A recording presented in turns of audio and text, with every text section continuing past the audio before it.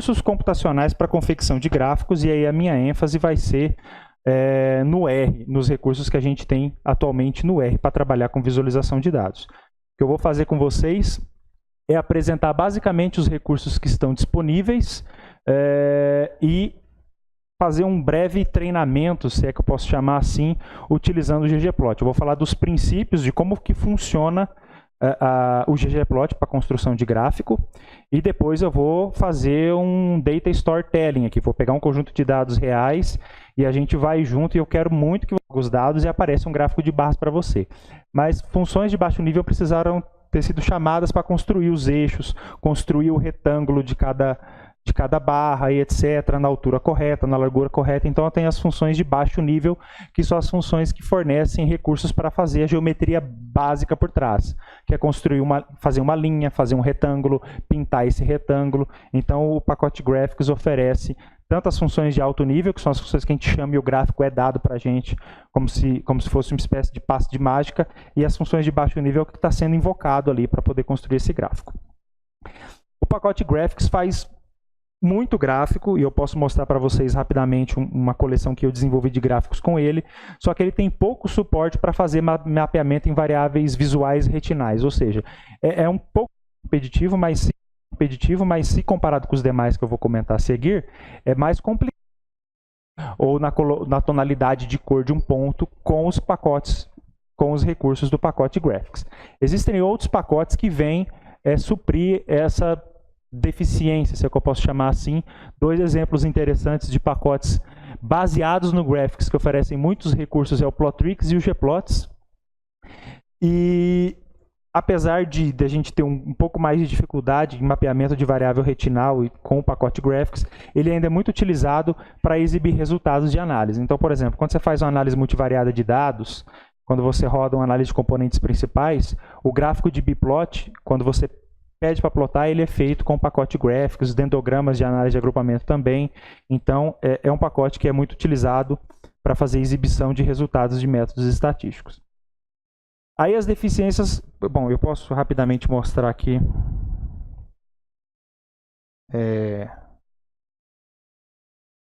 recursos do Graphics para vocês terem uma gráficos que a gente pode construir. Tá? Eu vou passar rápido parando em alguns gráficos, mas a gente consegue construir gráficos de barras, como vocês podem ver aqui, tá?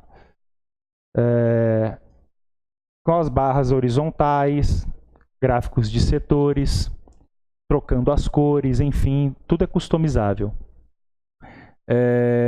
Gráficos de barras com diferentes cores, não quero dizer que com isso esse gráfico está apresentável, tá? Só estou mostrando que é possível fazer e não que isso seja uma versão final recomendável para um gráfico de barras. Então você tem controle sobre os aspectos do gráfico, colorir, posicionar a legenda, fazer barras lado a lado, barras empilhadas, a gente já comentou quanto que você deve utilizar cada um desses tipos de gráfico.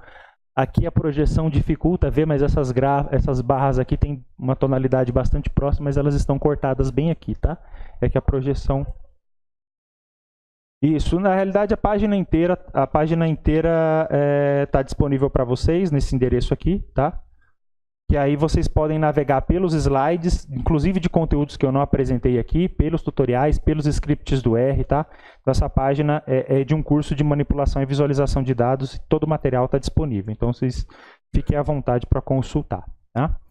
Gráfico de mosaico, já discutimos na aula passada. Tudo isso aqui é feito com pacote Graphics, tá? Aqui a gente ainda está no campo dos gráficos de barra, mas daqui a pouco a gente vai para os diagramas de dispersão. Já discuti com vocês como interpretar e a utilidade desses gráficos, por isso que eu estou passando rápido. Aqui nós temos um histograma, mudando o número de classes do histograma. Eu também não vou ficar enfatizando detalhes, minúcias dos códigos, tá? Porque senão essa aula iria demorar demais. O que eu quero nesse primeiro momento é mostrar o que tem de recurso em cada um desses pacotes. Você pode, por exemplo, construir um gráfico destacando uma barra desse gráfico, como vocês estão vendo aqui, tá? Essa barra aqui é a barra da classe modal, a barra mais alta.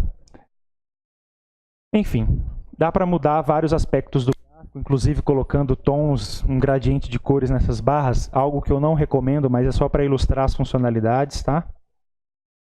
E assim vai. Então esses são os recursos do pacote Graphics em termos de construção de gráficos. Você consegue fazer o gráfico, adicionar anotações como, por exemplo, essas linhas de referência, essa seta para dizer que isso aqui vale 47%, mudar as cores, mudar o texto dos eixos, trocar a fonte para uma fonte serifada, não serifada, tudo é customizável, tá? Tudo é customizável nesses gráficos, ok? Aqui um diagrama de dispersão com uma linha de tendência. Aqui para dois grupos e uma linha de tendência em cada um deles, tá? Esse gráfico aqui, por exemplo, está mostrando a distância percorrida de veículos, o preço de venda deles em função da distância percorrida. E aí nós temos os carros com câmbio automático na linha de cima e os carros com câmbio manual na linha de baixo, tá? E essa aqui, essa distância entre essas duas linhas é supostamente a diferença média de valor de um carro câmbio automático para um carro de câmbio manual, tá ok? Gráficos de caixas, todos vocês podem construir com o pacote Graphics. E aí eu não vou entrar em detalhes exatamente de como, não vou ficar detalhando as funções que foram chamadas ali, porque a minha ênfase na aula de hoje é falar do ggplot. Mas você consegue construir vários tipos de gráficos, como esse aqui, que combina os valores observados, uma barra de erro com a média e o intervalo de confiança, um diagrama de caixas, que é o boxplot, no final, uma distribuição marginal, considerando a distribuição de todos esses valores, enfim. Você consegue fazer várias construções, tá? Com o pacote Graphics. Depois, foi desenvolvido pelo Depayan Sarkar o pacote Lattice. O que o pacote Lattice tem de mais interessante com relação ao Graphics? A plotagem multipainel e o mapeamento, o mais fácil mapeamento das variáveis que você quer exibir em variáveis visuais, tá? O pacote Lattice já vem com a instalação básica do R, então quando você instala o R ele já está disponível e é por isso que ele é utilizado em muitos outros pacotes, tá, para poder exibir resultados. Então, rapidamente, fazendo os mesmos gráficos que eu já mostrei com a Lattice agora, para vocês verem a diferença de aspecto visual, assim, dá para perceber um pouco, tá? Gráfico de barras, depois as barras com cores diferentes, depois outro gráfico de barras, eu refaço os gráficos que eu fiz anteriormente, mas o que fica mais fácil de fazer com a Lattice, que antes você, na hora de fazer com o gráfico, você tinha que cuidar, fazer manualmente a criação dessas legendas aqui, ó. Tá? No Graphics você tem que fazer isso, cuidar desses detalhes, enquanto que na Lattice e no ggplot isso está mais fácil para o usuário. Basta você declarar que você quer colocar uma variável nesse eixo, outra variável no eixo X, uma no eixo Y e mapear nas cores uma terceira variável. Ele cuida de colocar a legenda para você, escolher a paleta de cores. Caso você queira trocar, tem como, mas é bem mais fácil, tá? Então, essa é a diferença básica do que o Lattice tem para o que o Graphics tem, além da plotagem multipainel, que é isso aqui, ó. Isso aqui é a plotagem multipainel que eu mencionei anteriormente. Eu ainda estou mostrando um gráfico de barras onde eu estou comparando duas categorias, a verde e a azul, que é, no caso, tipo de câmbio manual e automático, para os carros de 2011, 2012, 2013, 2014, só que eu fiz uma plotagem multipainel dividindo a exibição pela cor do veículo. Azul, branco, cinza, cor indefinida, cor prata, preto, vinho, vermelho e verde. Então eu peguei e fiz, na realidade esse gráfico está mostrando simultaneamente 5 variáveis, correto? 5 variáveis. Uma é a frequência absoluta, 2 é o ano, 3 é o tipo de câmbio e 4 é a cor do veículo. São 4 variáveis simultaneamente aparecendo em um gráfico, tá? Então, a plotagem multipainel é isso de você criar cédulas e essas cédulas estão fazendo a plotagem de valores de uma categoria separada das demais, tá? Então, essa plotagem multipainel é algo bastante interessante porque todos os eixos são compartilhados, então você ocupa bem o espaço gráfico que você tem. Você não precisa criar um eixo, por exemplo, para esse gráfico aqui, colocar o eixo aqui, as anotações ao lado, porque o eixo de cá tem a mesma amplitude e a mesma graduação dele, então eles compartilham os eixos, fica fácil de você comparar, por exemplo, mesmo que distante, uma barra daqui com uma barra daqui, por exemplo, tá? Quer dizer, comparar a altura desta barra com a altura desta barra, porque a escala é a mesma, você conseguiria fazer isso, tá? Comparando as duas barras. Então a plotagem multipainel é essa divisão aí que a gente pode fazer. E todos os outros gráficos também é possível construir, como por exemplo o histograma, mudar cores, fazer o gráfico de densidade, colocar duas densidades, aqui a densidade do preço de venda dos carros com câmbio automático contra os carros com câmbio manual. Tá? Aqui a multipainel mostrando por ano a distribuição do valor desses veículos, do automático para o manual, mudando o ano. Novamente, mais de duas variáveis sendo exibidas, porque a coloração mapeia o tipo de câmbio e os painéis mapeiam o ano. Tá? Densidade empírica acumulada, aí as curvas do gráfico de densidade empírica acumulada para o automático e para o manual. Tá? Então, essa é a ideia da Lattice. Tá? Permite fazer essa plotagem multipainel de uma forma mais fácil para todos os tipos de visualização disponível. Você pode ter isso com barras, você pode ter isso com diagramas de dispersão. Aqui a gente colocou as barras, aqui a gente colocou o diagrama de dispersão, dividimos nos painéis e ainda adicionamos uma linha de tendência, uma linha suave para auxiliar a nossa percepção visual de como que é a tendência ou de como é a relação, a forma funcional da relação entre o valor do veículo anunciado no site e a distância percorrida dos veículos. Tá? Esse conjunto de dados que vocês estão vendo aqui é um conjunto de dados real de um site de venda de veículos. A gente foi lá, criou um robozinho e extraiu os valores que estavam dos veículos anunciados. O preço de venda, os quilômetros rodados, a cor do veículo, um monte de informações que o site apresentava. Tá? E aí, com isso, a gente construiu os gráficos. Então, esses são os gráficos que a gente pode construir com a Lattice. Tá? Então, rapidamente, vocês já tiveram uma ideia do que pode ser feito com esses dois pacotes. Aí vem o ggplot desenvolvido pelo Hadley Wickham. Hadley Wickham é o sujeito do momento em estatística, em ciência de dados, uma pessoa que dá muita contribuição, principalmente no R, com um monte de pacotes que ele desenvolve. E um dos principais pacotes que ele desenvolveu, se não o principal, é o ggplot. O ggplot ele é baseado na gramática dos gráficos e é por isso que ele se chama GG, de gramática dos gráficos. Então o ggplot ele é baseado na gramática dos gráficos e aí ele tem o mesmo recurso da Lattice. Ele permite a plotagem multipainel, mapeamento em variáveis visuais retinais. A diferença é que o ggplot faz isso baseado na gramática dos gráficos. Então a curva de aprendizado ela é bem mais tranquila. É muito mais rápido de aprender o ggplot para construir gráficos e é por isso que eu vou enfatizar ele do que a Lattice. Tá? Eles fazem a mesma coisa, mas a diferença é que o ggplot é baseado em uma gramática e essa gramática facilita bastante a compreensão de como você constrói um gráfico. Tá, okay? Depois que você aprende essa linguagem, a qual essa gramática, a linguagem a qual essa gramática sustenta, digamos assim, construir um gráfico fica muito imediato. Você rapidamente consegue encadear quais devem ser os elementos que você deve empilhar, né, ligar para formar um gráfico. Né? Da mesma forma que quais são as palavras que eu devo colocar em uma sentença para transmitir a mensagem que eu quero, quais são os elementos gráficos que eu preciso ligar para construir o gráfico que eu quero. Então essa é a lógica da gramática de gráficos que o ggplot tem. Então como essa exposição de agora vai ter ênfase no ggplot, eu já vou mostrar para vocês como isso funciona. E além disso nós temos pacotes para recursos iterativos.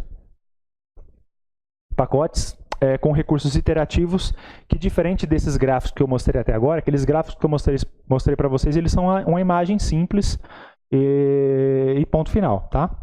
Agora, com recursos iterativos, a gente começa a ter possibilidade de fazer gráficos que sejam... Aqui foi? Carregou, não carregou? Aqui.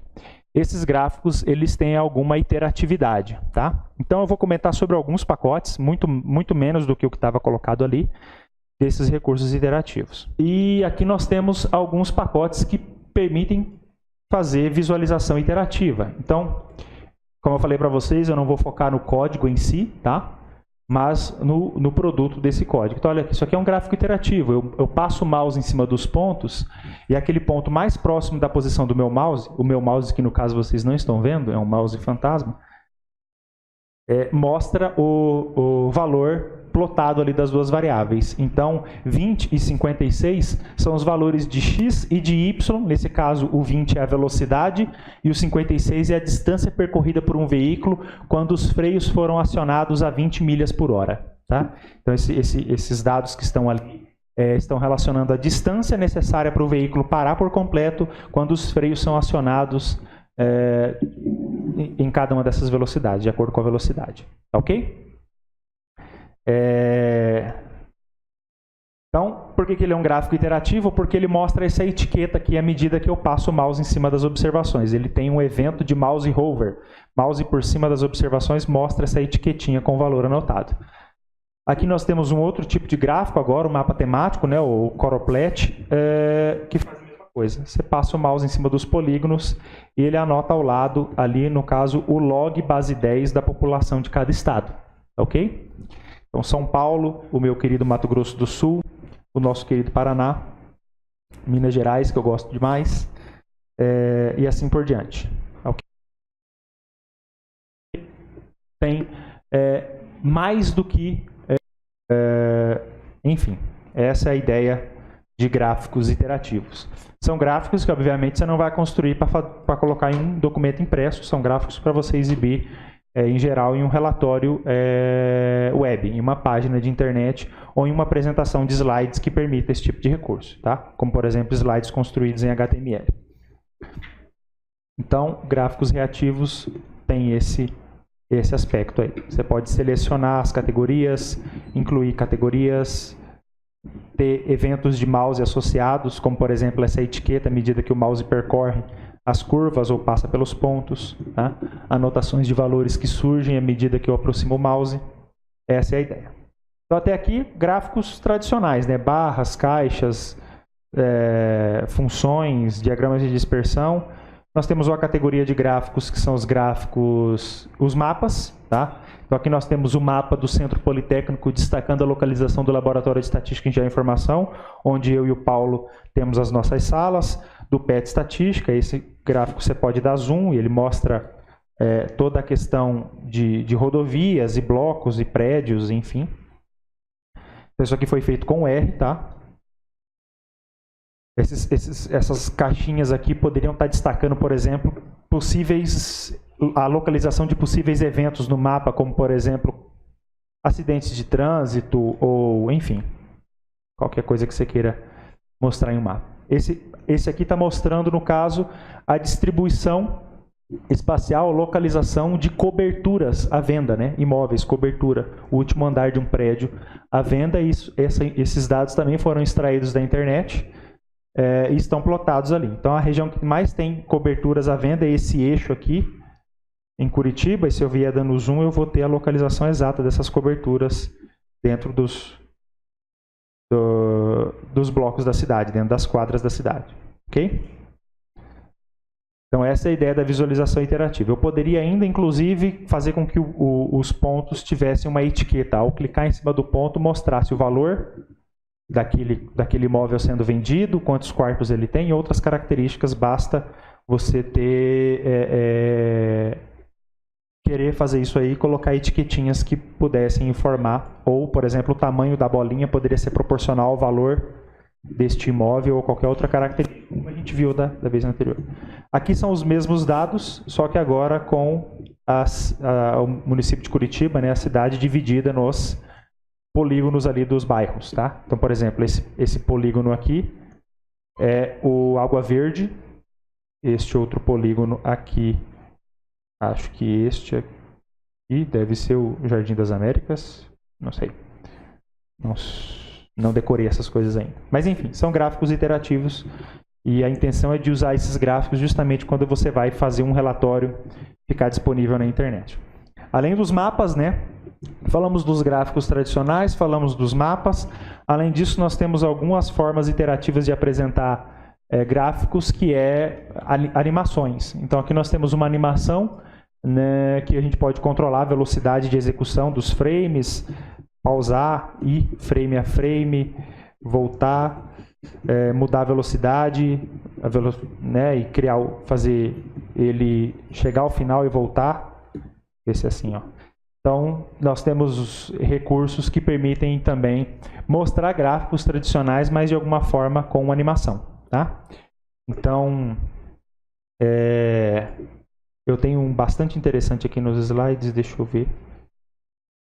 Quero mostrar este aqui.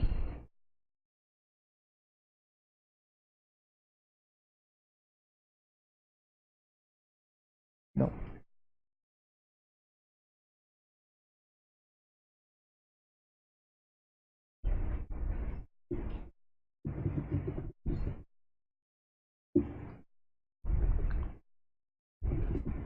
Vejam esse gráfico. Ah, não apareceu ainda.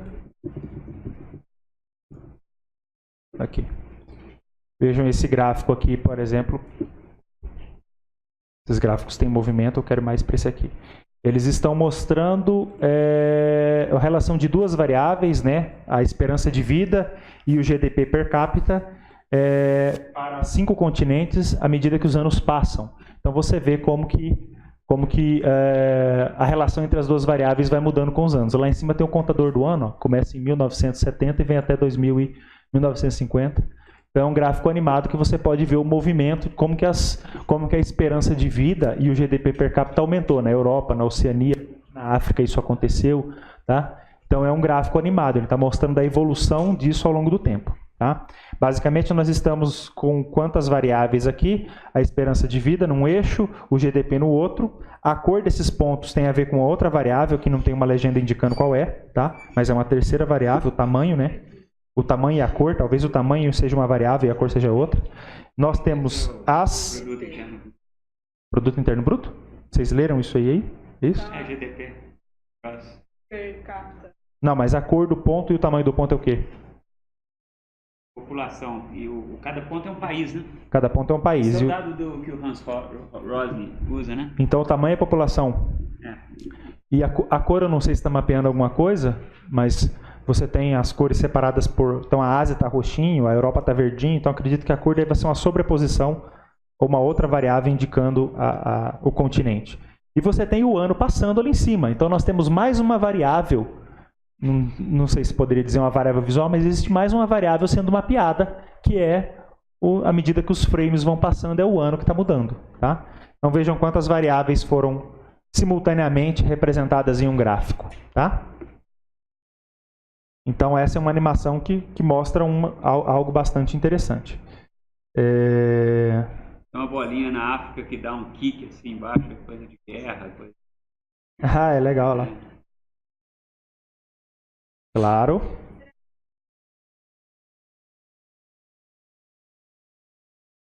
Repete a pergunta. É possível sim. A velocidade da animação pode ser diminuída e ela tem um argumento aqui na função que faz isso. Transition time here é a variável que vai estar sendo feita a transição, mas é possível sim você trocar a velocidade, fazer com que isso seja mais lento e até mesmo ter um controle. Neste outro que eu estou mostrando, né, este que eu exibo aqui, eu tenho um controle, eu posso pausar. Eu poderia fazer aquele gráfico e ter o controle de onde eu quero pausar, destacar, por exemplo, um determinado ano, que é onde aquele país da África dá uma quicadinha, eu poderia dar um pause ali, para poder discutir mais aquele momento do tempo e depois voltar a dar play, por exemplo. Tá? Então é possível sim. Uma curiosidade, alguém aqui assistiu uma palestra do TED de 2006, de um sujeito chamado Hans Rosling? Ele falava de um programa chamado Gapminder. Alguém já ouviu falar disso? Ah, então, esse dado é daquela palestra dele, tá? Que ele cria essa visualização. Eu vou colocar o link da palestra para vocês na aula de hoje. Ih, encerrou? Depois. Eu acho que vai ser bem legal. Espera aí, vamos... Só um momentinho.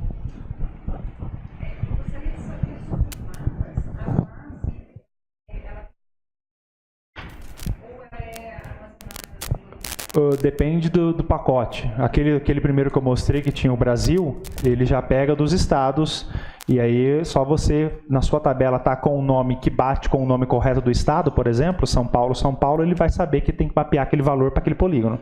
Só um pouquinho, Valmer, desculpa. Só para o pessoal remoto acompanhar, né? A pergunta foi onde estão esses dados, né? De onde estão? Se eles estão sendo acessados pela web, se eles já estão nativos ali, com pacote, tudo, né? Então tem um pouco de tudo como o Valmes explicou ali. Ok, Só lembrar sempre de repetir por causa do... Tá certo. Digita o número aí, Kelly, para a gente voltar a transmissão de uma tela com a outra. É 1662, 1934, 0157. Esses do Gapminder são bases de dados públicas que ele acessa. Inclusive a palestra dele, à época, né? Já são alguns anos, mas ainda é uma palestra contemporânea. Ele termina a palestra ressaltando e desafiando as pessoas, os organismos, sobre a importância de tornar os dados públicos, né? Exatamente para poder criar essas visualizações, essas interpretações. Então, aquele gráfico ele tem já os polígonos de cada estado na base, mas, por exemplo, eu vou mostrar para vocês aqui na parte aplicadinha, na parte aplicada que a gente vai ter logo em seguida, que eu vou fazer mapas dos bairros de Curitiba. Então, eu pego no IBGE o conjunto de shapefiles do IBGE e faço os gráficos com R, baseado naquele shapefiles. Tá? Professor, com licença. Pessoal do presencial, quem não respondeu a chamada, vocês estão nos últimos minutos. Também aviso para a turma do remoto que a chamada de vocês foi aberta e a palavra passe é gráfico. Obrigada. E por último ainda, nessa parte de gráficos iterativos, a gente tem um conjunto de gráficos que você pode rotacionar, né? São para exibição em 3D, como por exemplo aqui, esse aqui é um mapa topográfico. Arrasta o mouse, Kelly, para sair da frente. Isso. Não. Tira da frente. Ele quer tirar. Ah, você quer tirar? Você consegue mexer na minha tela aqui, se você quiser. Então, cadê? Esse aqui é um mapa topográfico de um vulcão, tá? Em 3 dimensões. E aí, por exemplo, a gente sabe, eu comentei isso com vocês, que visualizações tridimensionais têm uma certa deficiência, porque na realidade você está vendo em 2D. Mas com esse recurso aqui você pode rotacionar e escolher o ângulo de visualização que você quer daquilo que está sendo exibido. Então, minimiza um pouco desses problemas de visualização tridimensional, tá? Mas, obviamente, que você precisaria estar exibindo isso aqui em uma mídia que permite esse tipo de recurso. Impresso, não tem como. Se você vira a folha, não acontece nada. Então, está aqui outro, por exemplo. Isso aqui é uma regressão ajustada, uma regressão bidimensional, y em função de x1 e x2. Você vê a curva ajustada e os pontos e forma esse padrão de cela ali, né? Então, principalmente para dar aula, é um recurso fantástico para mostrar coisas que você teria dificuldade de mostrar no espaço tridimensional. Então, para recursos iterativos, eu dei uma rápida pincelada em recursos que o R possui, tá? Então, aqui a gente viu 6 pacotes, basicamente. Então, não é um pacote só, é um conjunto de pacotes, cada um deles com uma coleção específica de funcionalidades. Alguns são mais para mapa, outros animação, outros 3D, e os primeiros aqui, eles fazem os gráficos tradicionais com reatividade, que é basicamente a etiqueta ao lado dos pontos, ou selecionar, filtrar, mudar as categorias que você vai exibir ou não. Tá? Ok.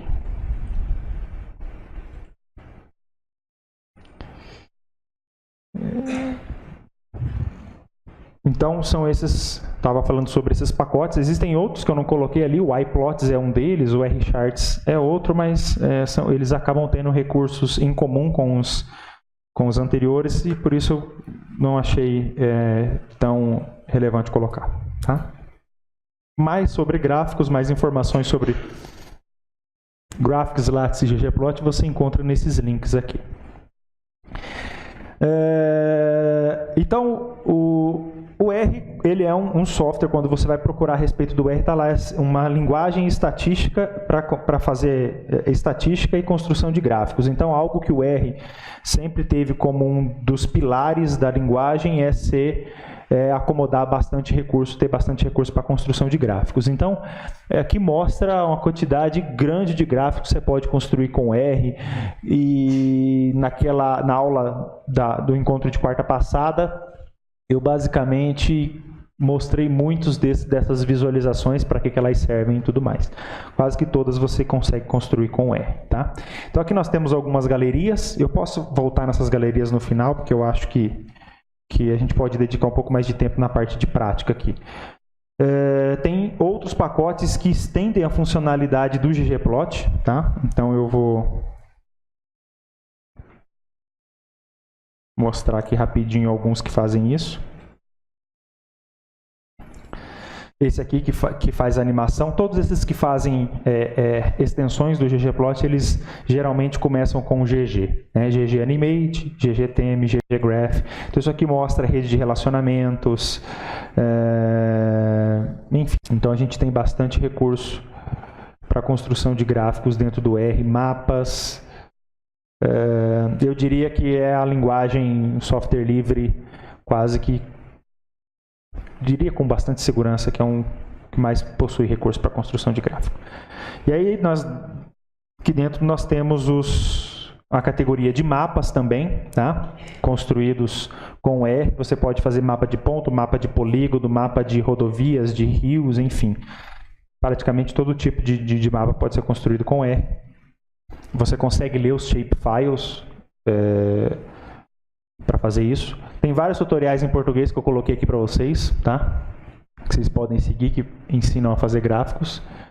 E o que eu quero fazer agora é dar um overview de como que funciona o ggplot, o que quer dizer essa gramática dos gráficos que está por trás, tá? Então, essa é a ficha técnica do pacote, ele está na versão 3.1. O principal desenvolvedor desse pacote é o Hadley Wickham, que é o sujeito do momento que eu comentei com vocês, tá? O principal desenvolvedor do pacote é o Hadley Wickham, mas outras pessoas embarcaram nesse projeto e estão desenvolvendo também. Esse pacote, poxa, eu não sei dizer há quanto tempo ele existe, mas seguramente há mais de 6, 7 anos, né, Paulo? Acho que desde 2010, acho que a gente já tinha coisa a respeito do ggplot. Então o ggplot ele se chama ggplot porque ele é baseado na gramática dos gráficos, que foi uma construção, né, uma contribuição do Leland Wilson no livro que tem o mesmo título, The Grammar of Graphics. Nesse gramática dos gráficos, o Leland Wilson estabelece que um gráfico ele é construído através da composição dessas 7 camadas aqui. A camada dos dados, depois a camada de mapeamento estético, o mapeamento das variáveis em variáveis visuais, né? O valor de tal coisa vai ser representado como uma coordenada nesse eixo. O valor dessa variável vai ser representada como o tamanho do ponto. O valor de uma terceira variável vai ser representada como a coloração do ponto e assim por diante. Depois nós temos as geometrias, se essas cores e posições serão posições de pontos no espaço, linhas no espaço, retângulos no espaço, polígono. Depois nós temos a divisão em facetas, o uso de estatísticas ou variáveis calculadas em cima dos dados originais, tá? Então, por exemplo, um histograma, você tem a parte de estatística, que é, uma vez que você definiu as classes, eu tenho que contar a frequência. Então, envolve uma camada de estatística ali, que é determinar a frequência das classes. Você tem computações sendo feitas ou estatísticas sendo calculadas para exibir o valor de uma variável, que não é uma variável fornecida de entrada, é uma variável calculada pelo método gráfico que você escolheu, tá? Nós temos o sistema de coordenadas, e aí no sistema de coordenadas nós temos a coordenada cartesiana, que é a mais comum, mas nós temos a coordenada polar, e baseado na coordenada polar nós temos o gráfico de setores, por exemplo. Nós temos o sistema de coordenadas geográficas, lat, long, e as diferentes projeções utilizadas para representar os mapas. E por último, nós temos a camada dos temas. O tema é algo não dependente de dados, que é basicamente a escolha de cores que você vai fazer, as anotações que você vai colocar nas margens do gráfico, o nome das legendas, enfim. Então, o Leland Wilson estabelece essa gramática que é baseada nesses 7 componentes, tá? Nessas 7 camadas. Então, na camada dos dados, a gente escolhe ou está preocupado com o tipo de valor que cada variável tem, quais são as dimensões que a escala para aquela variável deve ter. Então, por exemplo, se o tipo de valor é um valor numérico que vai, por exemplo, de 30 quilos a 70 quilos, você vai ter que preparar no gráfico um eixo para exibir aqueles valores que acomode do menor ao maior valor daquela variável, por exemplo. Tá?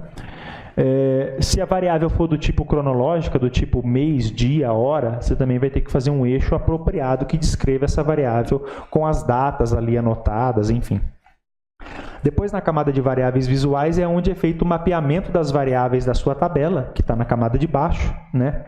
em variáveis visuais, que podem ser aquelas 7 variáveis visuais que a gente já discutiu lá do Jacques Bertin. Eu descobri que a pronúncia do nome é Bertin, tá? Porque é um nome francês, me falaram isso logo depois da aula.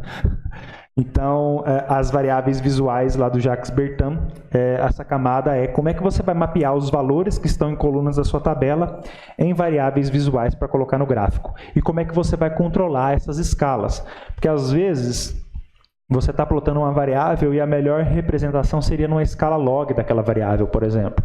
O melhor esquema de cores para uma variável não seria sair do vermelho e ir para o azul, seria sair do branco e ir para o azul, por exemplo. Então, são as escolhas das escalas, seja a escala graduada dos eixos ou a escala de cores, por exemplo, ou a escala de tamanho, quando você usar o tamanho do ponto, tá?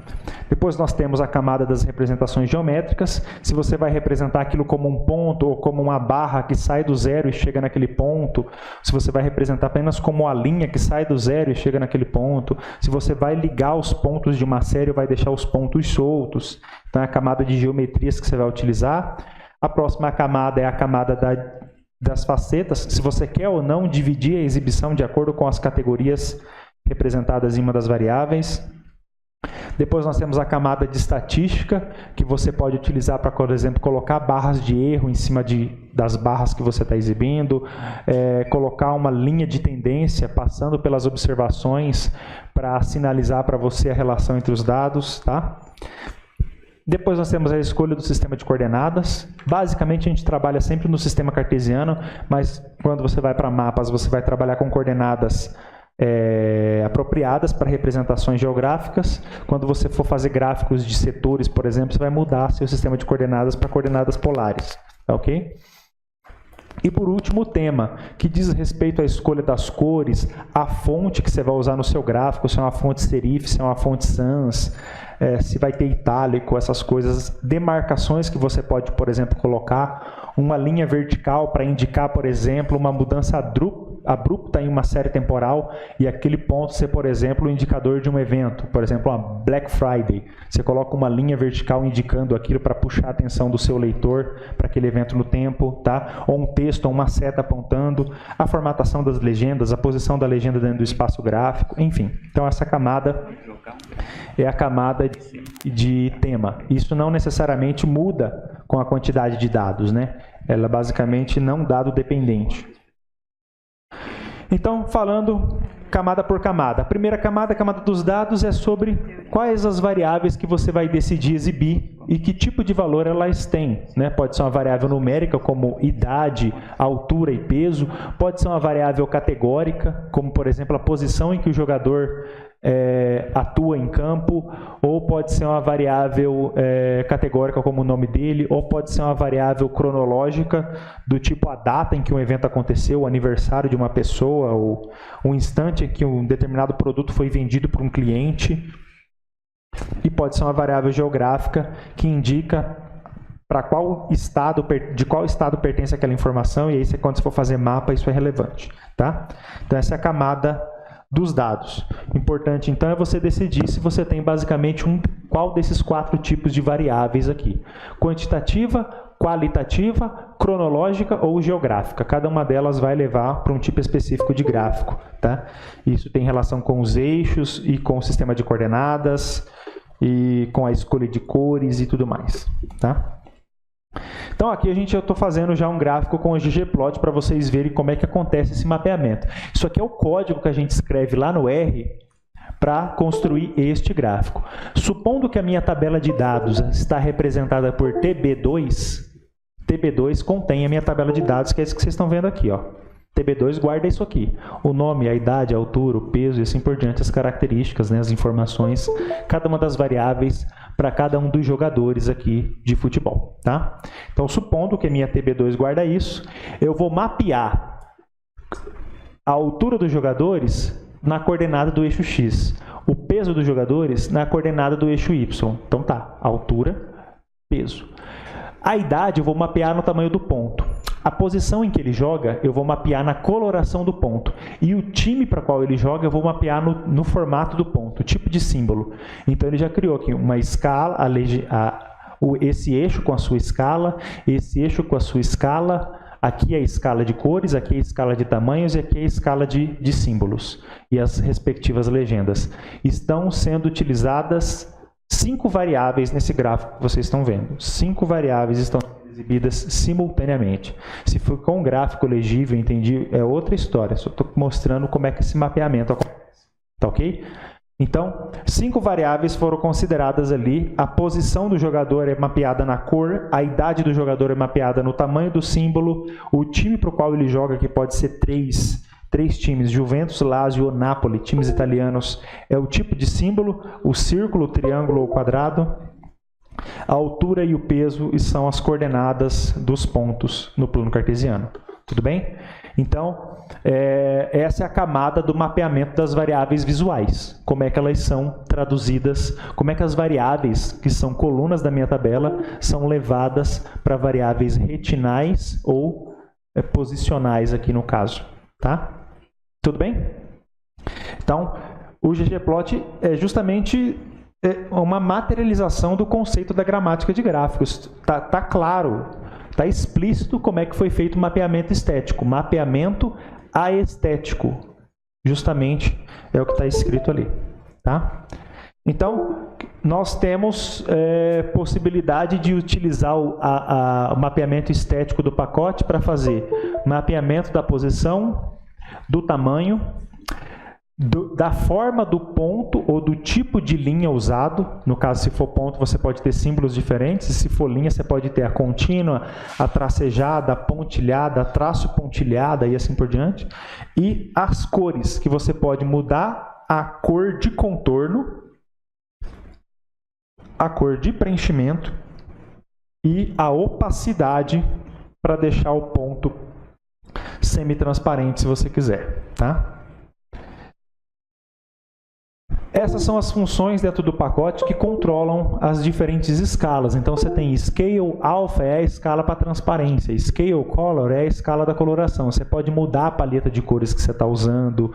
Você pode fazer uma escala que envolva data, tempo, data, discretizar uma escala, criar um gradiente de uma cor para outra, fazer uma escala com cores manualmente decididas por você, enfim. Como você mudar esse gradiente para a escala contínua, para a escala discreta, para a escala de preenchimento, para a escala de tipo de linha, para a escala de forma de ponto, para a escala de tamanho de ponto, para a escala do eixo X e para a escala do eixo Y. Você pode modificar todas essas escalas, controlar todas as escalas, como por exemplo, mudar a escala do eixo X para uma escala log base 10, tá? E ver como é que o diagrama de dispersão muda em função disso. Tá bom?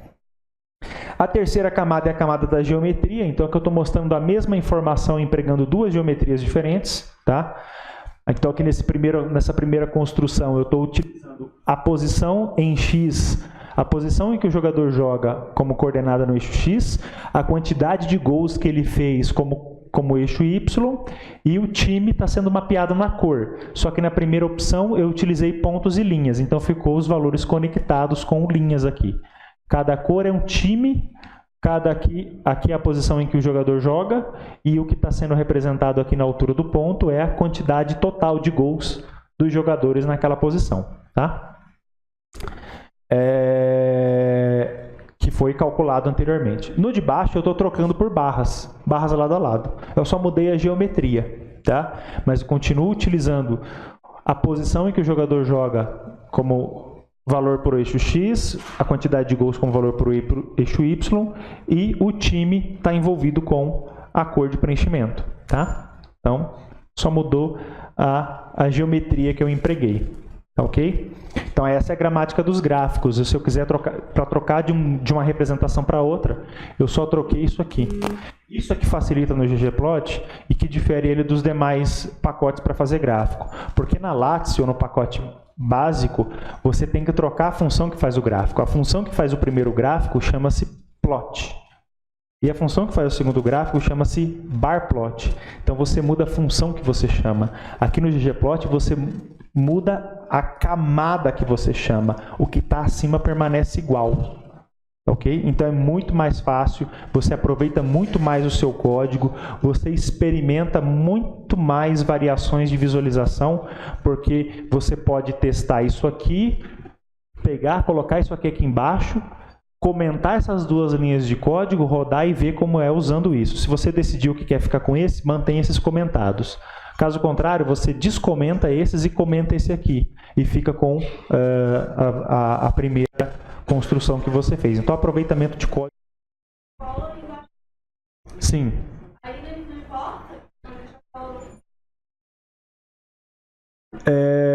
Ok, então a primeira pergunta é a diferença do color para o fio. Aqui, quando você está plotando pontos e linhas, coloricamente desempenham a mesma função, tá? Exceto para aqueles pontos em que você pode dar uma cor para o contorno do ponto e uma cor para o preenchimento do ponto, tá? E o fio, nas barras, por exemplo, o fio é a cor daqui de dentro e o color é a cor do contorno dela.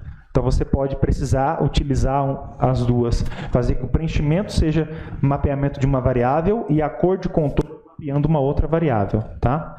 Então, você pode utilizar separado, caso você queira. Ficaria bastante confuso às vezes, mas você pode. Tá? Qual que seria? Nada. Tá? Então, essa é a camada de geometrias. Aqui nós temos todas as possíveis geometrias que você pode usar no ggplot. Eu estou pensando agora que esse púlpito deve estar na frente de muitos de vocês aí, né? Pois é. Mas depois a gente muda ali. Depois o pessoal pode trocar de lugar. Todo mundo passa cá. Então, essas aqui são as funções no pacote que começam com o G1 e cada um delas faz um tipo de gráfico diferente, como vocês já podem estar pensando aí. Ó. Tem o G1 histogram, que faz um histograma. Tem o G1 line, que faz uma linha. Tem o G1 map, que faz um mapa. Tem o G1 point, que faz o diagrama de dispersão. Tem o G1 text, que escreve texto dentro do gráfico. E assim por diante. Tá? Então, são as diferentes geometrias que você... Ok, eu sei que variáveis eu vou usar para exibir no gráfico, eu sei como eu vou mapear ela em variáveis visuais. Agora, como é que eu vou materializar isso? Que geometria eu vou utilizar? Ponto, linha, barra, enfim. Aí você vem e utiliza a geometria apropriada aqui. Tá? Professor, pois não? O Leonel, do Remoto, pergunta como que você adiciona desvio padrão ao gráfico de barras? Então, o desvio padrão vai ser adicionado com esta aqui, ó, com esta geometria error bar. Então, essa geometria error bar está ali justamente para construir o segmento que vai ligar o ponto inferior ao ponto superior. E aí, os limites do intervalo você tem que ter calculado previamente. Tá? Ter feito uma tabela com esses intervalos, e aí você só passa quem que é o lower e o upper, quem que é o de baixo e o de cima, e aí o erro, a barra de erro vai ser adicionada... a uma outra geometria que veio antes dela, que é o G1 call ou o G1 bar. Tá? Você pode colocar o error bar em cima de barras, G1 bar ou G1 call, ou em cima de pontos, em cima do G1 point. Então você não precisaria chamar um gráfico que faz isso, você adiciona uma camada naquilo que já existe. Beleza?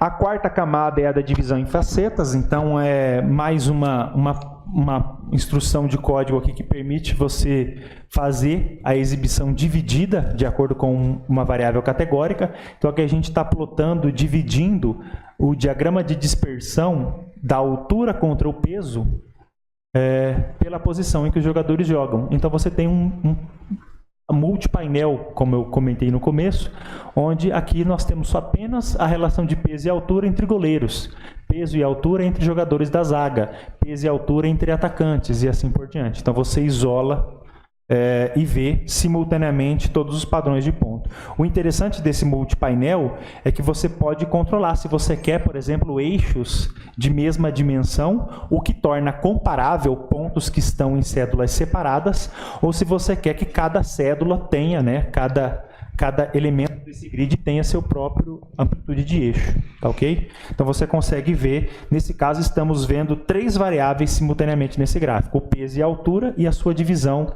de acordo com a função em campo do jogador, tá? Então dá pra gente perceber, por exemplo, que os goleiros são os mais altos e mais pesados, porque a nuvem de pontos fica mais aqui no canto superior direito. Tá? Já os jogadores de meio de campo ocupam o centro do diagrama, os jogadores aqui de defesa, alguns aqui do lado do canto inferior esquerdo, tá ok? Vamos aproveitar até que o colega falou de comentar, né? Então, agilidade, né? Sim. Aqui você fez o gráfico separando por posição. Exatamente. Se ele não quiser separar por posição, ele não precisa fazer o gráfico de novo. Ele vai ali, comenta aquela linha do face to wrap ali. Aí ele vai fazer um único gráfico com todo mundo. Exato. Então, a ideia de explorar o gráfico, de brincar com o gráfico, brincar com opções de visualização, fica muito ágil nesse sentido, né? Exatamente. E o comentário que o Valmes falou é no sentido que você não perde aquela informação, ela está ali, se você precisar voltar nela, né? Então, por isso você vai colocando várias coisas comentadas. Então, dá uma agilidade muito legal, até para a gente pegar, por exemplo, o que a gente fez num projeto para adaptar para usar com outros dados, com outros projetos. A portabilidade de um caso para outro fica bem fácil também. Aproveitando, então, muitos de vocês devem pensar, mas eu faço gráficos lá com arrasta e clica em outro programa e é muito fácil. Eu tô assustada vendo você com esses códigos aí e tudo mais. Acontece que uma vez que eu fiz e eu guardei um arquivo no meu computador, eu não preciso lembrar o que eu escrevi, eu só preciso lembrar onde eu guardei e mudar as variáveis quando eu estiver trabalhando. Então, o bom da linguagem de programação é que fica documentado. Se eu for fazer isso repetidas vezes, eu não preciso escrever repetidas vezes as mesmas letras na mesma ordem, eu recorto e colo o código e mudo as partes que me interessam, as partes necessárias, tá? Enquanto que num programa de arrasta e clica, você teria que entrar toda vez e fazer aquela parte completamente, né, clica, arrasta, preenche todas as caixas, clica, ok, pum, aparece o gráfico. Mas pensa você fazendo isso 50, 60 vezes, né? Eu tenho que fazer o mesmo gráfico para cada... pensa nos estados do Brasil, você tem que fazer os 26 gráficos, né? Você tem que clicar nas janelas e fazer 26 vezes o mesmo procedimento, só trocar. Poxa, né? Que você falar que se o revisor do artigo ou a banca da defesa pede para mudar alguma coisa na tese, 6 meses depois que você submeteu, você tem que mudar os gráficos. Você já não lembra nem mais como você fez. Fica bem mais fácil se você ter o código do que se você fez. Exatamente. Usando a ferramenta interativa. E assim, você sabendo fazer a busca na internet, você encontra os protótipos dos gráficos prontos. Sim?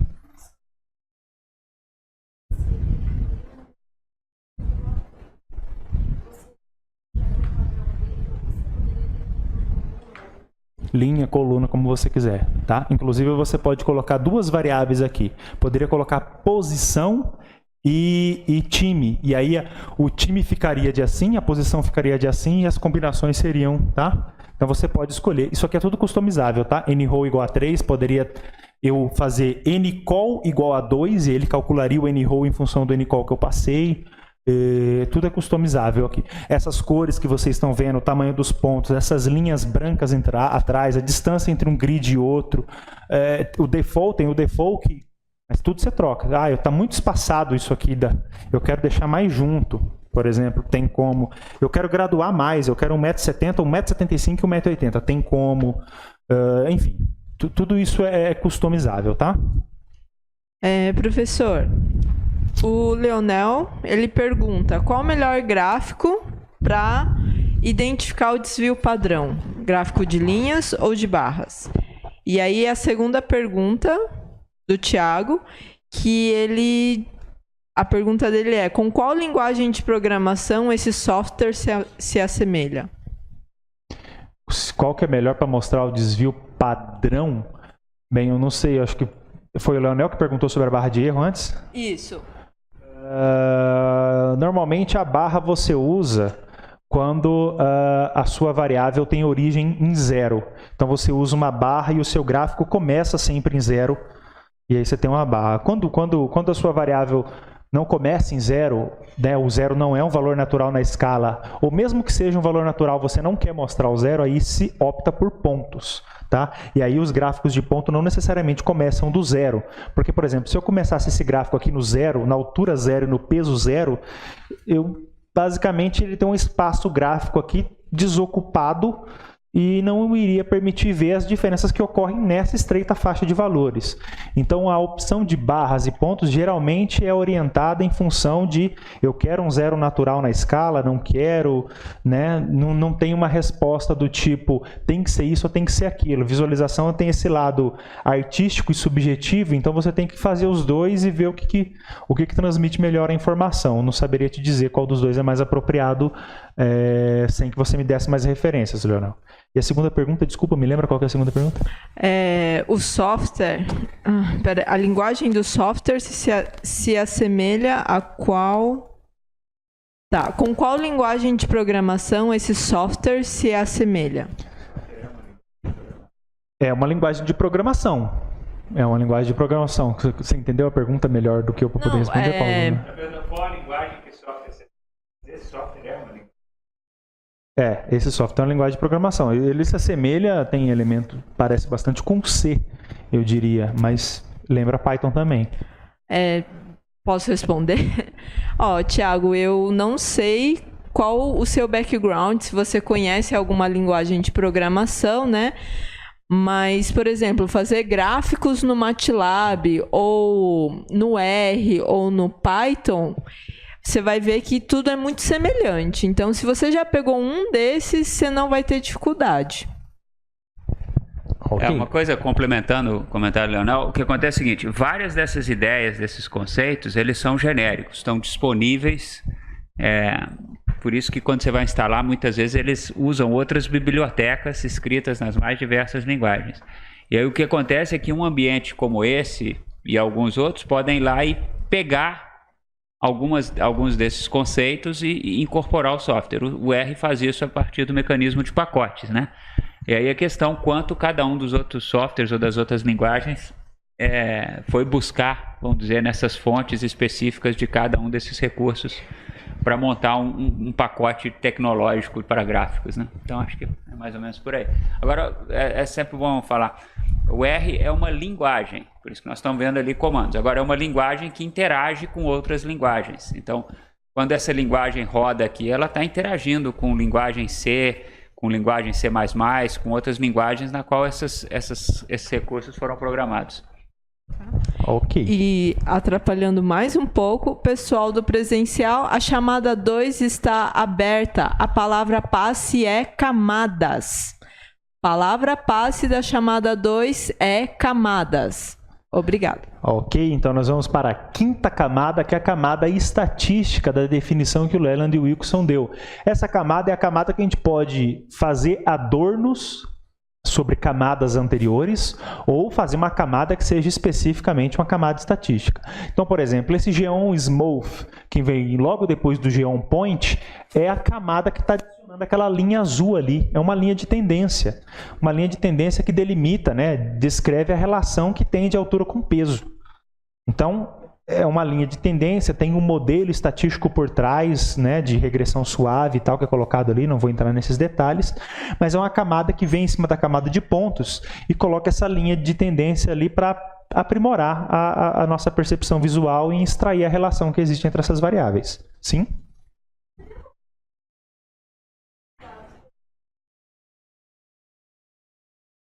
O banco de dados do Boxplot é o mesmo banco de dados do gráfico de cima.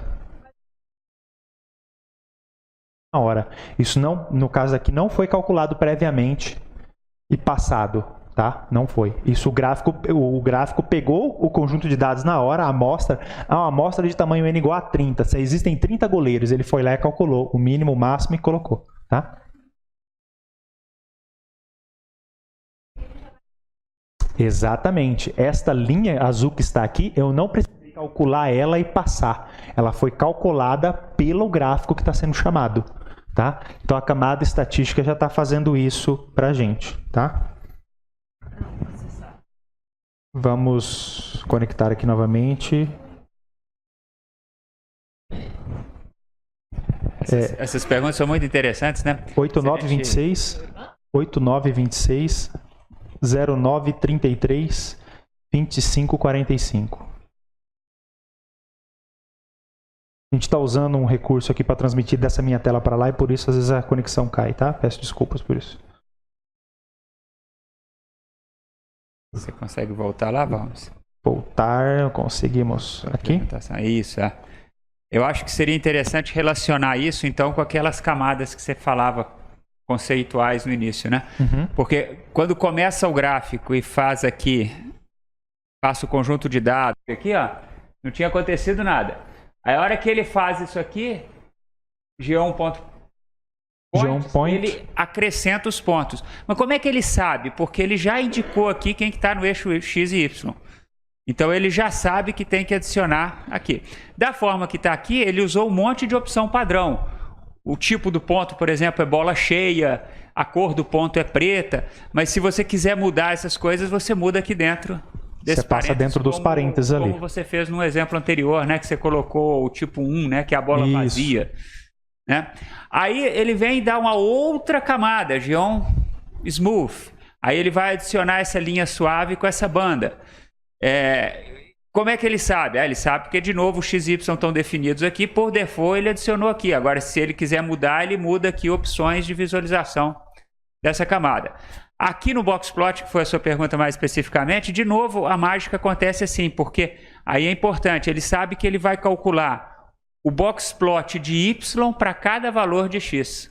Ou seja, do tamanho do jogador, né? Da altura do jogador, para cada categoria, para cada posição, perdão, que ele joga, né? Então ele usa essa definição dessas variáveis para cá, ele já traz para cá, por isso que não tem opções. Mas tem coisas que pode mudar aqui, o tipo do boxplot, enfim, aí pode mudar como é a construção dele. Exatamente. Então é legal porque é sempre uma coisa assim de camadas, né? Sempre a ideia de camada que é fundamental. Mas é o que o Valmos falou, o que está definido acima na base não muda. Então você pode mudar as camadas sem mudar a parte de cima. Veja, ó, os dois aqui, eles poderiam, se quisessem, aqui não é o caso que ele fez a altura e as variáveis são diferentes, mas poderiam usar o mesmo x e y, né, em alguns gráficos, e ter gráficos diferentes. Então, como as camadas estão ligadas, justamente a analogia com gramática é como essas camadas estão ligadas e como que é o efeito da anterior sobre a próxima, né, naquilo que a gente vê no final das contas. Então, tanto a linha de tendência, ela não foi calculada previamente passada, ela é calculada à medida que os pontos foram recebidos pela Geom Smooth. E o Boxplot também, o Boxplot não foi passado as caixas, as dimensões, ele foi calculado pela Boxplot e a geometria foi criada e colocada ali. Tá? Então, na verdade, o Boxplot ele tem estatística e geometria juntas, as duas coisas estão ligadas. Ele teve que fazer a estatística de definir mediana, mínimo, máximo e quartis, ok, definiu isso. Agora, como é que eu vou representar? Opa, a caixa eu vou usar entre os quartis, eu vou cortar no meio com a mediana e vou criar um segmento de cada quartil para o extremo de cima e de baixo. Entendeu? Então, é uma camada de geometria com a camada de estatística junto. Por isso que ela é uma no caso, né? É estatística, mas ela se chama Geom. É estatística, mas ele se chama Geom também.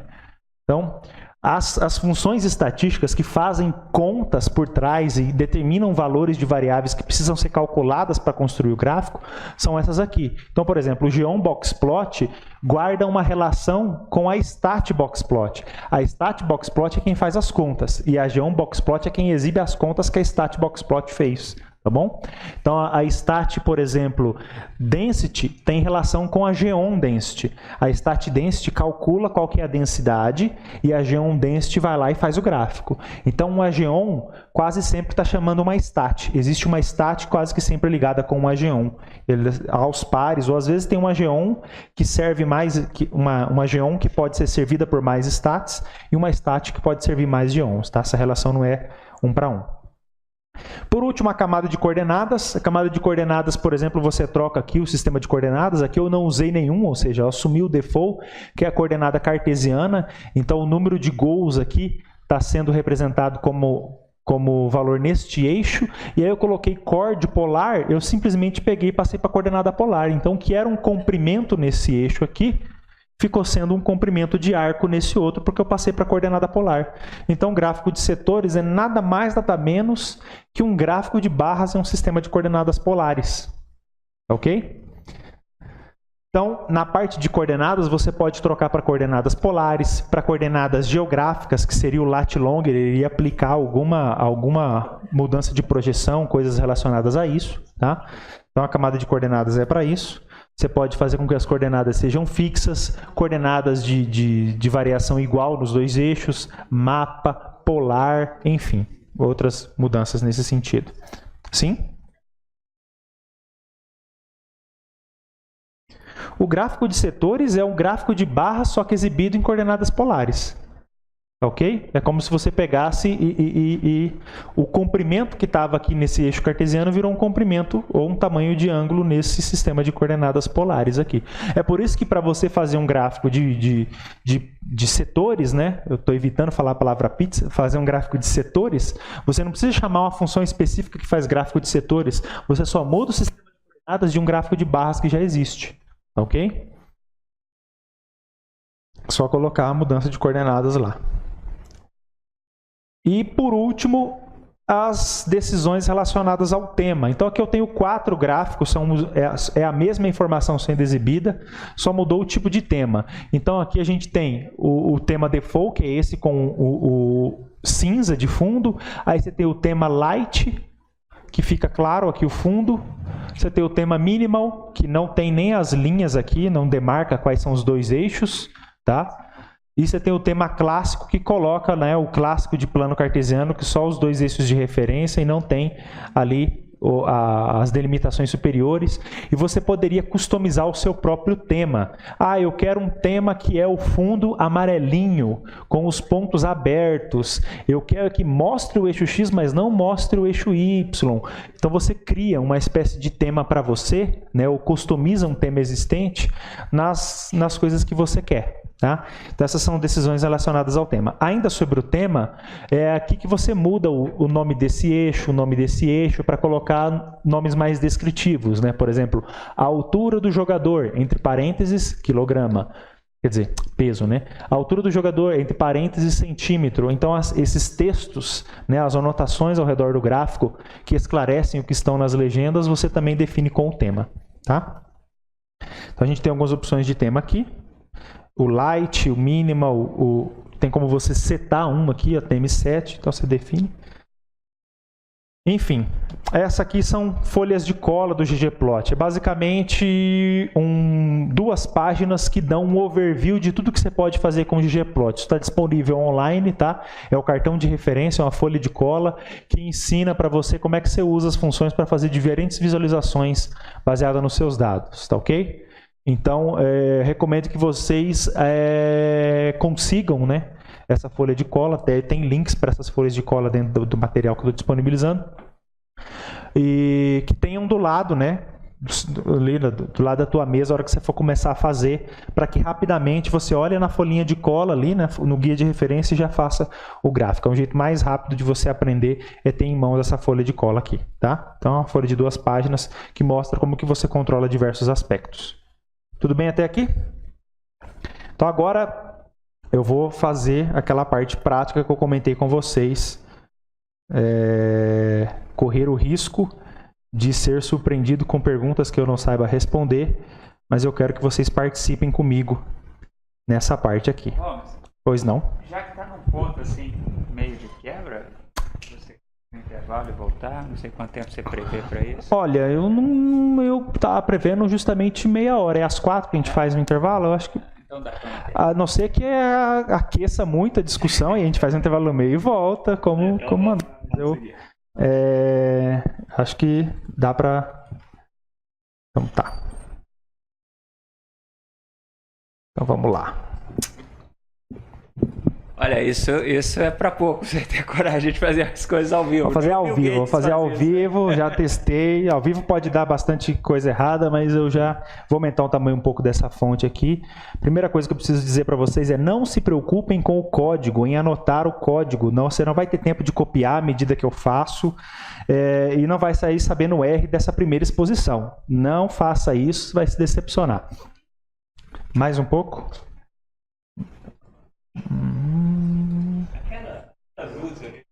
Opa. Oi. Você consegue mudar o estilo para colocar mais cores escuras? Consigo. Não, você quer um fundo escuro? Não. Ou uma fonte? Podemos. Podemos aqui, sim. É que é vocês que eu sei mudar. Deixar um tema aqui, talvez.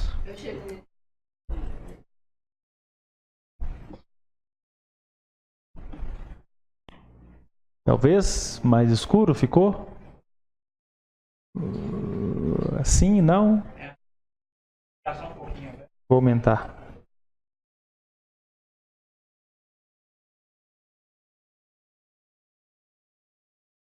Ok.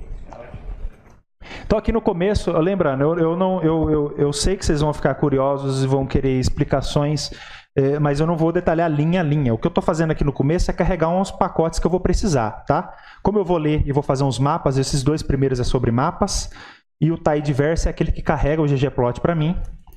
E eu vou fazer o seguinte, eu tenho arquivado nesse arquivo CSV, que está nesse endereço, uma tabela de dados de imóveis, tá? Então, essa tabela foi o ponto de partida do trabalho de TCC de 2 alunos que concluíram o curso de estatística semestre passado. Então, eles fizeram web scraping, foram lá no site e extraíram as informações que estavam disponíveis dos imóveis à venda. Então, essa tabela tem 71.316 observações e 22 variáveis, 70 mil registros, tá? 70 mil valores, 70 mil imóveis no caso, e aí nós temos várias variáveis desses imóveis. A localização, o lat e o long, a quantidade de fotografias que esse imóvel tinha no site, o valor do IPTU, o valor do condomínio, a área útil, a área total, quantidade de quartos, de suítes, de banheiros, de vagas na garagem, o preço anunciado, quantidade de anos de construído, quem que é o vendedor, né, o anunciante daquele imóvel, tem mais informações ali antes. O endereço, a descrição do imóvel, que é imóvel residencial, bem localizado, no bairro tal, etc. A URL, em que ele se encontra na página, caso você queira ver o anúncio, e um número identificador do imóvel dentro da nossa base de dados. Eu quero fazer uma análise aqui com esses dados, e eu quero que vocês estejam curiosos para poder a gente descobrir a relação entre variáveis. É um dado de imóvel, todos vocês sabem, é comum, é do cotidiano, não é um dado específico de química, de agronomia, de biologia ou de medicina, é um dado que está no nosso cotidiano, imóvel, todos vocês ou compraram, ou alugaram, ou, enfim. Então, a primeira coisa que eu vou ver é a distribuição do preço desses imóveis. Então, eu vou chamar o ggplot ali, ó, ggplot IMO. Primeira camada é a camada dos dados. IMO representa a minha tabela de dados, que tem 70 mil linhas por 22 colunas. AES é um mapeamento estético. Então, eu vou estar mapeando o preço no valor da variável x. X que vai ocupar esse eixo x. E eu vou fazer uma geometria de densidade. Com isso, eu vou chamar um gráfico para a gente ver a distribuição dos preços. Ó. Então, essa aqui é a distribuição do preço de venda desses imóveis. Aqui está pequeno, difícil de enxergar, mas ali nós temos o 0. Aqui nós temos um 2,5 elevado à sexta, um 5 elevado à sexta e assim por diante. Então, é o preço, a maioria dos imóveis está ali. Tá? O que vocês gostariam de fazer nesse momento aqui? Como a distribuição está bastante assimétrica à direita, o que vocês têm de recomendação? O que poderia ser feito para a gente melhorar essa visualização? Oi? Oi? Logaritmizar os dados? Foi isso que eu escutei? A gente poderia mudar a escala dos dados. Olha como é que fica fácil no ggplot. Você vem aqui e faz scale x log 10. E a escala... Então, vejam, eu só chamei uma camada, né? Isso é legal da camada, que eu não precisei transformar mais uma tentativa, acho que agora vai. Então, eu não precisei mudar a escala dos dados, eu mudei a escala ali, e o legal é que se em algum momento eu decidir que eu não quero usar a escala log 10, eu comento aquilo que eu falei para vocês. Ó. Se eu colocar isso aqui, se eu passar essa escala log 10 para cá, lembrando que tem que ter o mais no final aqui, ó. Aí está exibindo com a escala log 10. Se eu não quero, eu comento essa linha. Comentando essa linha e executando o gráfico novamente, ele volta a ser exibido na escala original. Decidi que eu quero a escala 10. Descomenta e ela volta a estar ativa, roda o gráfico e sai com a escala log. Pegaram? Então, é muito fácil você substituir as escalas. Como é que é a distribuição da área útil dos imóveis? A distribuição da área útil dos imóveis também é bastante assimétrico. A esmagadora maioria dos imóveis tem uma área útil menor do que 500 metros quadrados, tá? Mas tem alguns ali acima de 500 metros quadrados. Eu gostaria de ver onde é que estão esses imóveis que têm mais área útil do que 500 metros quadrados, tá? Então, a gente poderia fazer assim, adicionar mais uma camada, que é o Geon Hug. Esse Geon Hug faz esses risquinhos ali, como se fosse um código de barras, e eu consigo saber que acima de 500 metros quadrados, nós temos, por exemplo, um imóvel com mais de 1.000, um imóvel e 2 imóveis com mais de 1.500. Eu só adicionei uma camada a mais ali. E essa camada foi lá e fez esses risquinhos embaixo do eixo X para sinalizar os valores de área desses imóveis, tá ok? Se eu quiser também mudar a escala, e olha como fica, como que se aproveita o código. Eu não vou escrever scale xlog10, eu só copio e trago para cá e pronto. As demais camadas todas se adequam àquela transformação e tudo fica na escala log10. Beleza? Cores e outras coisas. Vamos, tá sem graça, vamos trocar a cor, vamos colocar o fill purple. Já sai na cor ali, tá? E assim vai. Eu não vou ficar fazendo tanta customização, porque eu quero mostrar mais, eu quero contar uma história. Eu tenho uma história para contar aqui com vocês, que é, eu tenho esses dados de imóveis, 70 mil imóveis, e eu quero entender como que relacionam essas variáveis. Eu tenho algumas hipóteses que eu quero mostrar para vocês, que eu quero tentar, com a visualização, comprovar. Não é bem comprovar uma palavra forte, mas que eu quero averiguar. A primeira delas é que os imóveis custam mais caro à medida que estão próximas do centro. E a segunda é que quanto mais estabelecimentos comerciais eu tenho em uma região, mais caro é o valor do metro quadrado dos imóveis para moradia. Tá? Esses imóveis aqui são apartamentos, no caso, só apartamentos. Eu já filtrei lá em cima só para os apartamentos. Estamos vendo apartamentos. Então, eu tenho essas hipóteses. Então, eu vou fazer um mapa. Daqui a pouco eu já faço um mapa para a gente ver se próximo do centro eu tenho um valor de metro quadrado mais caro. E depois eu vou ler uma outra base de dados, que é a distribuição da localização dos estabelecimentos comerciais. Eu tenho a low lat e o long dos estabelecimentos comerciais porque eu li isso de uma base de alvarás. Tá? E aí eu quero ver se tem relação, se o valor do metro quadrado depende da quantidade de estabelecimentos comerciais numa região. Tudo bem? Eu quero explorar isso graficamente. Distribuição do número de quartos. Como o número de quartos é discreto e geralmente não deve ir longe, eu usei um gráfico de barras e não um histograma, porque aí eu vou ter uma barra individualizada para cada valor único da variável. Então eu vou ter uma barra para 1 quarto, uma barra para 2 quartos. Se eu fizesse um histograma, eu poderia ter... Então tá. Como o número de quartos é uma variável contínua, tudo bem, é uma variável métrica, mas ela é discreta, então eu resolvi fazer um gráfico de barras e não um histograma. A diferença é sutil de um para o outro. O histograma, as barras estão coladas, indicando que o espaço é contínuo.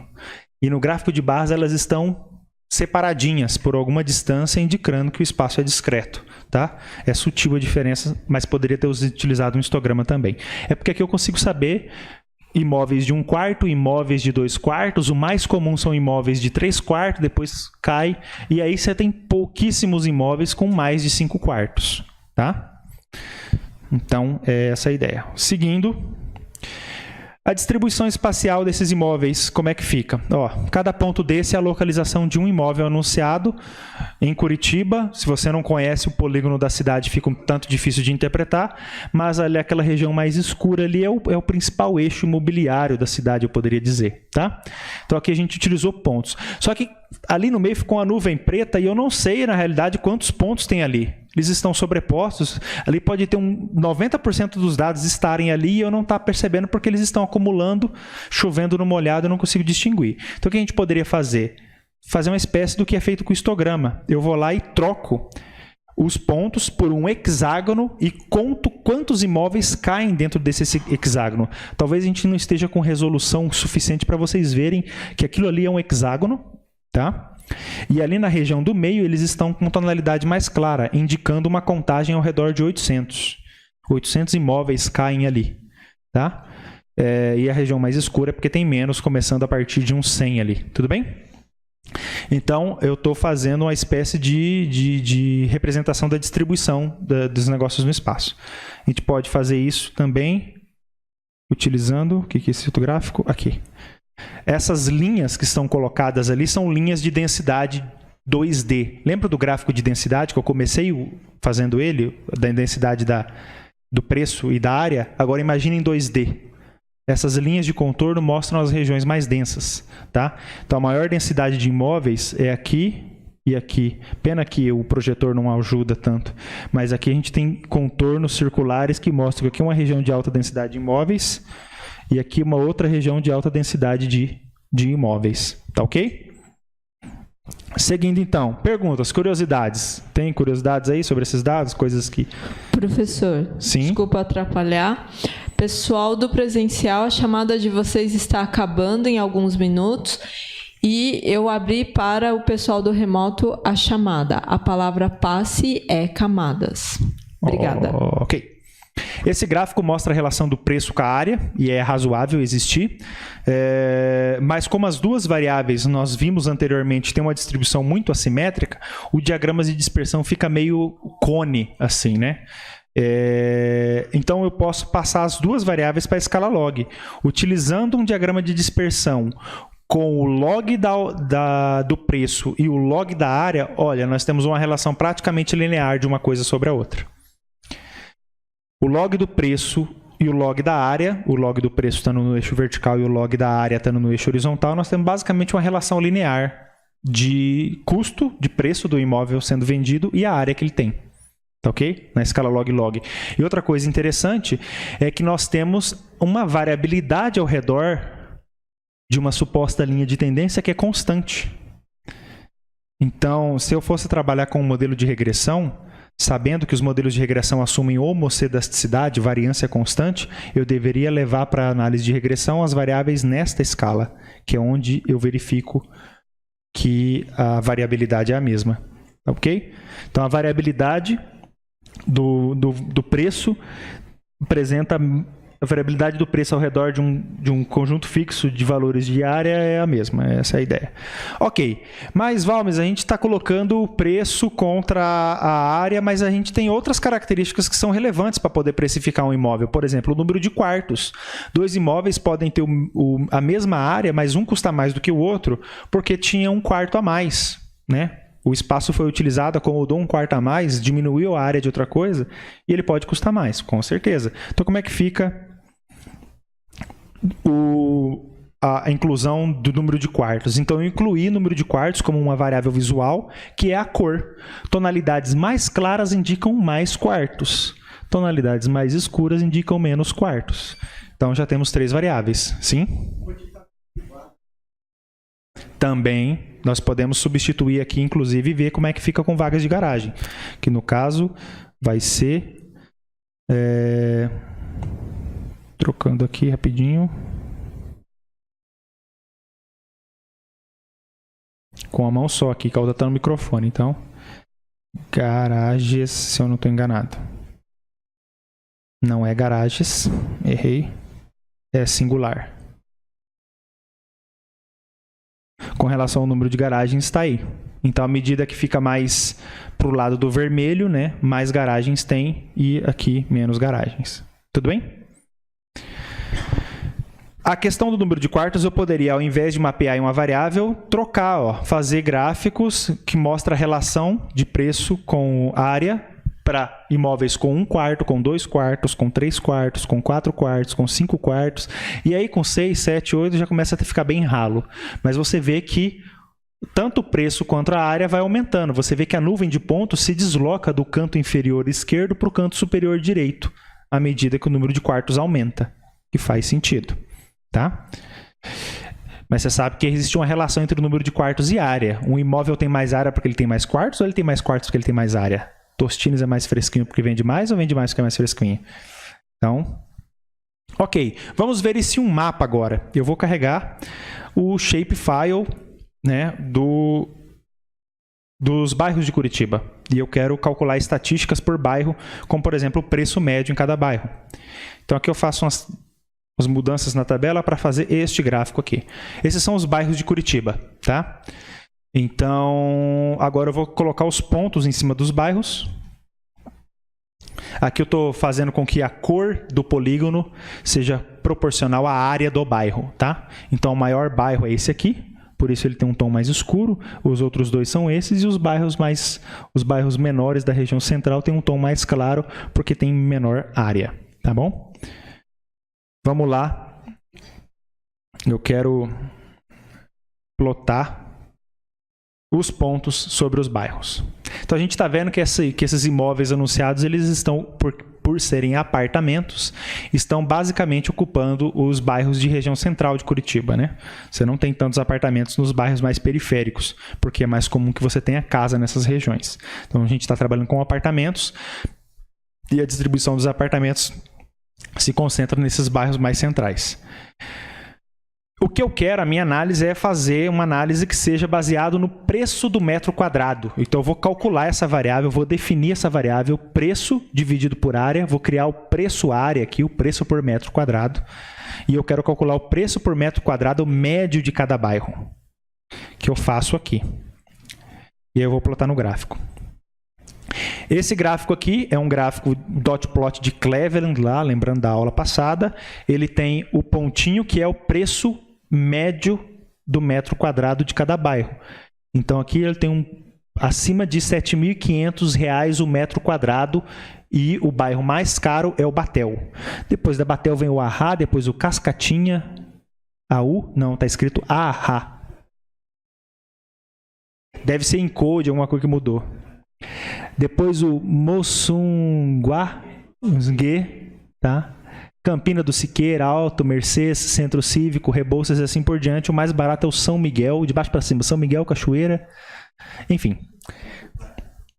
Então esse é o ranking, né, de preço por metro quadrado ali de imóveis anunciados, ok? Vamos ver então o que esse... Aqui nós temos no mapa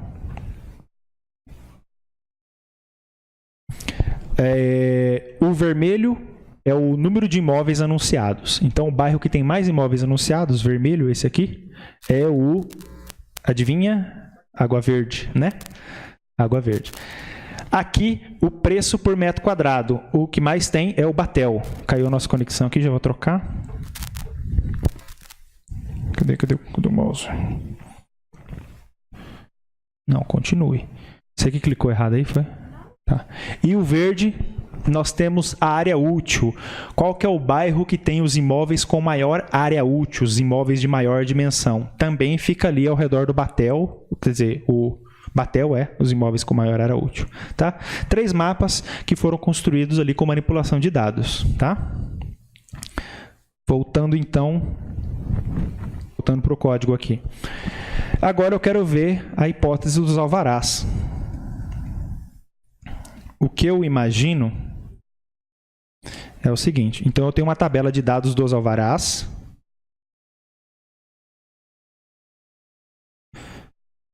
Do lado de esquerdo, em azul, com contornos vermelhos, eu tenho a constelação dos imóveis anunciados. E as linhas vermelhas indicam a concentração. Do lado direito, em laranjado, nós temos a constelação dos estabelecimentos comerciais, que veio de uma tabela de dados de alvarás. Tá ok? Eu imagino que o preço do metro quadrado tenha relação com a quantidade de alvarás. Tá? Como é que eu vou estudar essa relação? Eu vou fazer algo muito simples. Eu vou dividir esse espaço em quadrículos, em pixels. E eu vou calcular o preço do metro quadrado dentro de cada pixel, e o pixel correspondente aqui eu vou calcular o número de alvarás, número de estabelecimentos. E depois eu vou ver se existe correlação entre os valores que eu encontrei, pareando os pixels. Tudo bem? Então, eu criei arbitrariamente um conjunto de pixels. E para o mesmo pixel, aqui eu vou calcular o preço do metro quadrado, e neste outro aqui, com esta outra tabela, eu vou calcular quantos alvarás haviam ali dentro. E vou relacionar uma variável com a outra. Tá ok? Fazendo isso, então, toda a operação necessária para criar isso. Tá lá. Aqui é, na verdade, o número de alvarás nesse eixo com o número de imóveis do outro eixo. Não tem muita relação o número de imóveis com o número de alvarás. Porém, quando eu coloco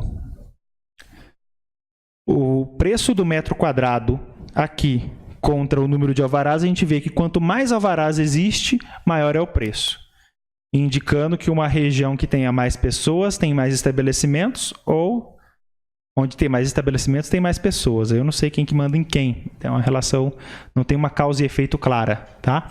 Mas uma das hipóteses que eu tinha e que os alunos tinham quando começaram o trabalho é se o preço do metro quadrado tem a ver com a quantidade de estabelecimentos comerciais. E lógico que as duas coisas aumentam à medida que você vai para o centro. Então, às vezes, nem A não está causando B, nem B está causando A. O que está causando A e B simultaneamente é o fato de estar mais próximo do centro, tá? São coisas a se pensar. Eu não tô...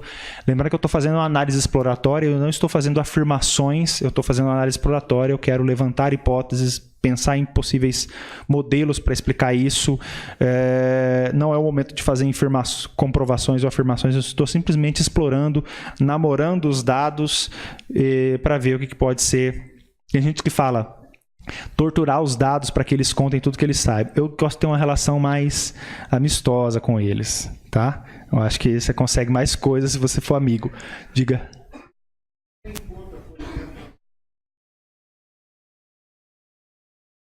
Sim. Pode ser que o shopping center seja um ponto aqui, ó. A pergunta dele foi o seguinte: se você coloca, se um pixel daquele pega, por exemplo, um shopping center que tem muitos alvarás porque são várias lojas, ele pode ser um ponto aqui. Isso aqui pode ser um shopping center, um shopping Itália, né? Com muitos alvarás ali. É por isso que a escolha daquela minha malha que eu quadriculei, ela pode ter influência disso. Se eu coloco uma malha muito fina, vai ter uma hora que um cai em cima de um shopping, pum, bate alto. Se eu coloco uma malha muito grossa, apesar de ter um shopping, a malha é grande, diluiu nos arredores. Então, são decisões que eu tive que tomar enquanto eu construí a visualização, tá? Então, pode mudar em função do tamanho daquele pixel que eu fiz. E, por último, eu quero saber se existe dependência espacial nessa variável preço por metro quadrado, né? Se existe dependência espacial, eu imagino o seguinte: se o preço por metro quadrado é espacionalmente dependente ou não. O valor de um metro quadrado em um daqueles quadrados não depende da vizinhança, ou seja, do valor do metro quadrado nos pixels vizinhos, né? Voltando àquela visualização, eu quero saber se tem dependência espacial. Então, eu vou fazer um negócio bastante simples, mas que depois o Paulo pode dar mais detalhes para vocês. Cadê o gráfico? Esse aqui, ó.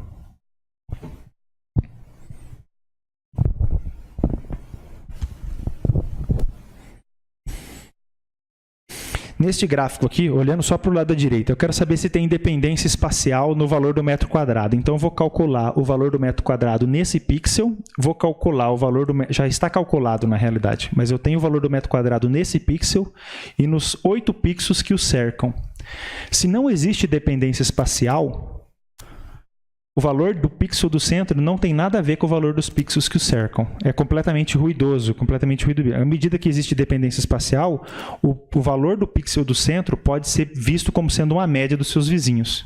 Ok? Então, eu vou usar esta ideia para verificar se existe dependência espacial. Para cada pixel, eu vou calcular a média dos seus 8 vizinhos e guardar o valor dele e seus 8 vizinhos. Vou para outro pixel, o valor dele e seus 8 vizinhos. Vou para outro pixel, o valor dele para os seus 8 vizinhos. Vou fazer isso para todos os pixels aí desse que vocês estão vendo, tá? Ele e o valor dos seus vizinhos. Ele e o valor dos seus vizinhos, você vai ter uma tabela de 2 colunas. Ele e a média dos vizinhos. Se existe dependência espacial, vai acontecer que uma coisa tem relação com a outra. Se não existir dependência espacial, eu não vou ver relação da média com os vizinhos. Paulo vai poder elaborar isso melhor com vocês depois, mas esse gráfico mostra se existe dependência espacial ou não. No eixo de baixo, eu tenho a média. dos vizinhos de um ponto. E no eixo vertical eu tenho o próprio valor daquele pixel que estava no centro. Então, cada ponto desse aqui é o valor de um cara contra a média dos seus 8, 7, 5 vizinhos. Não necessariamente todos têm 8, né? Aqueles que estão na beirada não têm 8 vizinhos. E existe essa linha de tendência que foi adicionada que está indicando que existe dependência espacial. Porque à medida que o valor dos vizinhos aumenta, aumenta o valor de quem está dentro. Se não houvesse dependência espacial, você iria ver uma linha amarela horizontal e uma distribuição de pontos que não indica uma relação de crescimento, nem de decrescimento e tudo mais. Então, com análise exploratória, eu investiguei hipóteses que podem ser formalmente avaliadas com testes de hipótese. Eu poderia ajustar uma regressão, eu poderia calcular o índice de Moran, eu poderia fazer várias investigações, aplicar várias metodologias estatísticas que confirmem, que possam confirmar as impressões que eu tive dessa análise exploratória. A tentativa que eu trouxe aqui foi fazer uma análise com vocês, contando uma história, mostrando os recursos que tem no software R, os recursos que existem, para que vocês se sintam convencidos de que, se vocês têm necessidade de aprender a fazer gráfico e manipular dados, o R é uma das melhores escolhas que você poderia fazer, porque tem toda a parte de manipulação de dados. Vocês viram aqui, eu peguei 3 tabelas de dados, gente. Eu peguei 3 tabelas de dados, uma que tinha os 70 mil imóveis, depois eu li o dado espacial e calculei as coisas e plotei os polígonos, depois eu li a tabela de dados dos alvarás e combinei as informações dessas 3 tabelas e tudo mais. E fiz excelentes gráficos que me permitiram discutir essas coisas com vocês. Tá? Então, sem dúvida, para o cientista, seja qual for a sua área de pesquisa, o cientista tem que ter domínio de uma ferramenta como essa para fazer melhores publicações, fazer melhores artigos, para fazer uma ciência melhor. Tá? Então, a intenção dessa última aula foi motivar vocês a investirem tempo aprendendo coisas como essa, e a gente no Laboratório de Estatística de Informação está à disposição para auxiliar no que for necessário. E aí, 16 horas em ponto. Encerro. Então, encerro. Agradeço vocês pela participação. Vou combinar com o Paulo ainda, mas eu devo voltar no futuro para falar de outro assunto, que é planejamento de experimentos. Obrigado.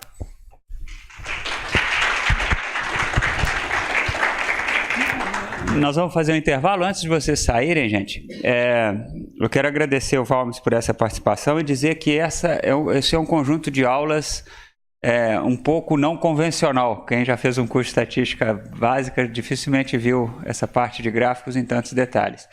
E eu estava conversando com a Kali e realmente a gente está apostando numa espécie de retomada de uma espécie de ciência de gráficos, com as disponibilidades de bancos de dados que a gente tem, com esses algoritmos que a gente tem para processar dado.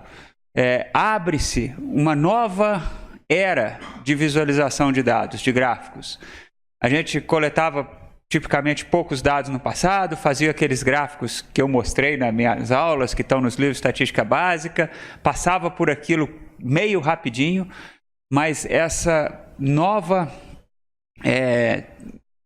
circunstância que a gente tem de tantos dados fazem com que a gente não só revisite os conceitos de gráficos, como amplie esses conceitos. É necessário uma visão mais profissional para decidir fazer gráfico. A Kali estava falando e é verdade. Hoje em dia uma pessoa pode fazer uma carreira só se tornando um especialista em visualização de informação via gráficos.